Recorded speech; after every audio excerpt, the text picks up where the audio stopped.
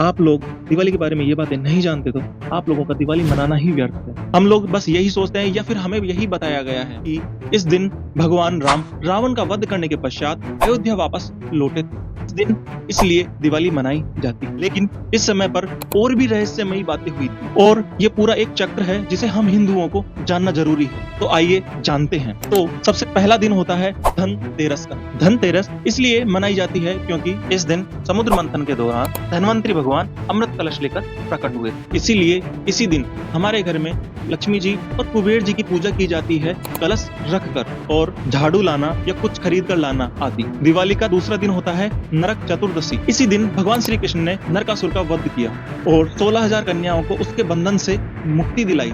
इसीलिए इसी दिन तेल या तिल का स्नान करते हैं। और तीसरा दिन होता है लक्ष्मी पूजन यानी कि मैन दीपावली। इस दिन भगवान राम रावण का वध करके अयोध्या वापस लौटे और इसी दिन माता लक्ष्मी भी समुद्र मंथन में प्रकट हुई थी। इसीलिए नारायण भगवान और लक्ष्मी जी की पूजा की जाती है। और चौथा दिन होता है गोवर्धन पूजा। इसी दिन भगवान श्री कृष्ण ने गोवर्धन पर्वत अपनी छोटी उंगली पर उठाया था और ब्रजवासियों की रक्षा की और साथ ही इंद्रदेव का घमंड तोड़ा। और इसीलिए हमारे घरों में गोबर से गोवर्धन पर्वत बनाया जाता है और पूजा की जाती है। और फिर आता है पांचवा दिन भाई दूज का। इसी दिन यमराज अपनी बहन यमुना जी से मिलने गए थे। यमुना जी ने फिर उनका स्वागत किया और तिलक लगाया, तभी से भाई दूज मनाया जाने लगा। तो दोस्तों, हम इन सारे पर्वों को मिलाकर ही दिवाली मनाते हैं। दिवाली एक दिन की नहीं होती।